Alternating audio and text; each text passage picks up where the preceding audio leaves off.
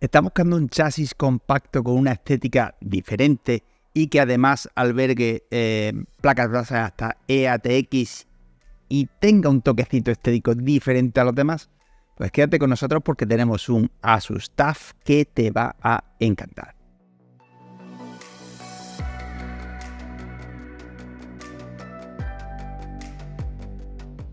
Muy buenas a todos y bienvenidos a Gaming.es. Hoy tenemos el Asus TUF Gaming GT302 ARGB, un chasis que nos llega con una estética que dentro de lo normalizado, entre comillas, de los chasis gaming de hoy día, le da una pequeña vuelta de tuerca tanto a su diseño como a su estética para ofrecer un toque distintivo a ese montaje de tu PC, garantizando una refrigeración sublime, compatibilidad con componentes de alto rendimiento, una gestión de cableado muy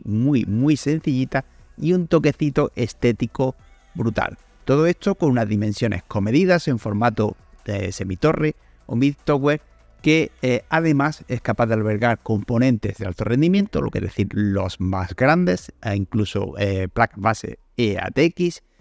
manteniendo unas dimensiones tan reducidas como su precio. Como de costumbre, comenzamos un poquito con las especificaciones técnicas genéricas. Hemos dicho que tenemos un chasis comedido con unas dimensiones de 235 x 520 x 485 milímetros, teniendo plena compatibilidad con placas base eATX de 30,4 x 27,6 centímetros, ATX, micro ATX y mini ATX, pudiendo instalar gráficas de hasta 407 milímetros, fuentes de alimentación tipo ATX de hasta 220 milímetros, disipadores de hasta 165 milímetros, hasta 4 SSDs y otras 2 unidades de almacenamiento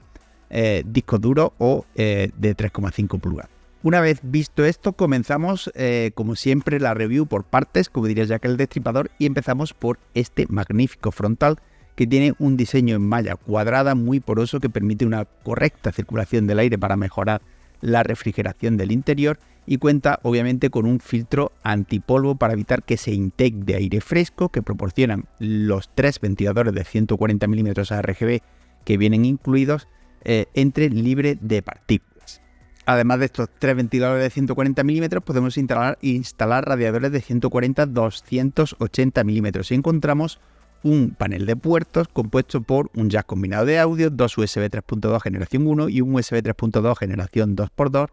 Type-C.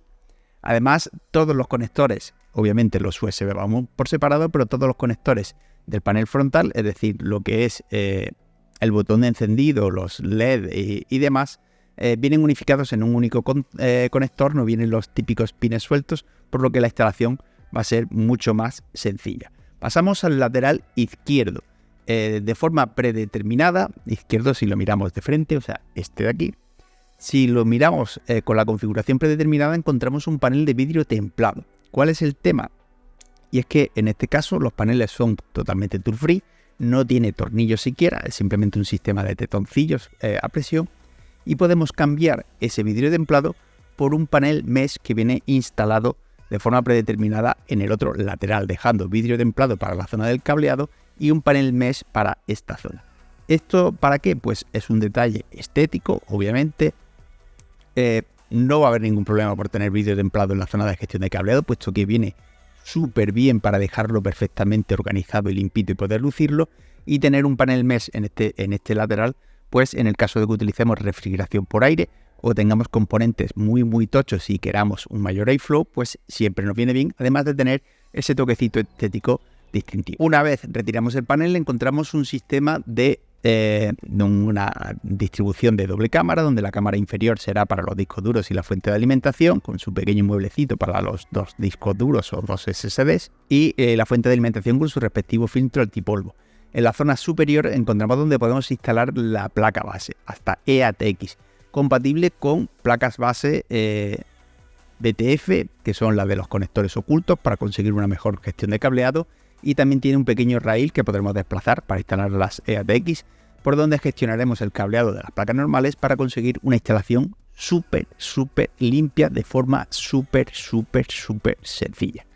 Si nos vamos a la trasera, encontramos los puertos, las expansiones PCI Express, donde encontramos hasta 8 un cuarto ventilador de 140 milímetros preinstalado que podemos sustituir por uno de 120 o radiadores de 140-120, y estas 8 ranuras en horizontal las podemos sustituir con una pequeña chepita por 3 en vertical para realizar una instalación vertical de nuestra gráfica. No viene el Razer PCI Express. En poquitos chasis, por no decir en ninguno, viene incluido, por lo que debéis adquirirlo por separado, pero sí que es verdad que el simple hecho de tener la montura en vertical pues nos da mucho juego, y con el panel mesh pues tendrá una mejor refrigeración la gráfica en sí, puesto que cogerá el aire fresco directamente desde el exterior. Pasamos al panel lateral derecho, donde hemos dicho que viene preinstalado de forma predeterminada el panel mesh, pero que podremos sustituir por el vidrio templado, y al retirarlo encontramos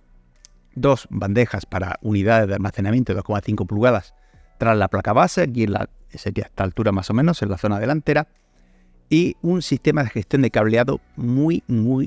currado. Tenemos un sistema de doble canaleta en la zona delantera, donde tenemos una pequeña canaleta metálica prácticamente cerrada, por donde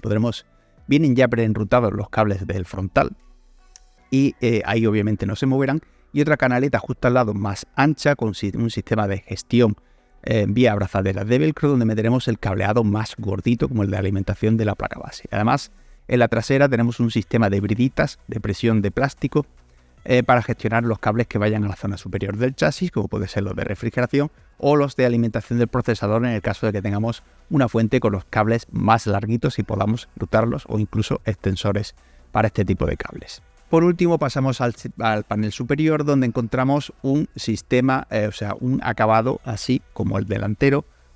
con cuadraditos, también con filtro antipolvo, y una vez lo retiramos encontramos la bandeja de refrigeración, donde vamos a poder instalar hasta 3 ventiladores de 140-120 milímetros y radiadores de hasta 280-360 milímetros. Esta bandeja es totalmente desmontable para poder instalar la líquida o lo que vayamos a instalar en la zona superior de forma mucho más cómoda y tener un pleno acceso al interior del chasis. Y dicho todo esto, pasamos a la experiencia de uso y conclusiones. Tenemos un chasis precioso, es un chasis precioso que se adapta a las últimas tendencias, como las placas base con los conectores ocultos. Nos viene con 4 ventiladores de 140 milímetros ARGB preinstalados, en los paneles laterales intercambiables, que le da un puntito estético muy guay. A mí personalmente me ha gustado mucho ese detalle, y la instalación de placas base hasta EATX en un chasis muy compacto, muy bonito, muy premium, con una gestión de cableado soberbia, compatibilidad con componentes de alto rendimiento y una estética final gracias a esa gestión de cableado y en resumidas cuentas también obviamente al diseño de la caja, simplemente brutal. Y por todo ello le otorgamos los galardones de diseño premium recomendado y calidad-precio. Muchas gracias por haber visto todo el vídeo y un saludo.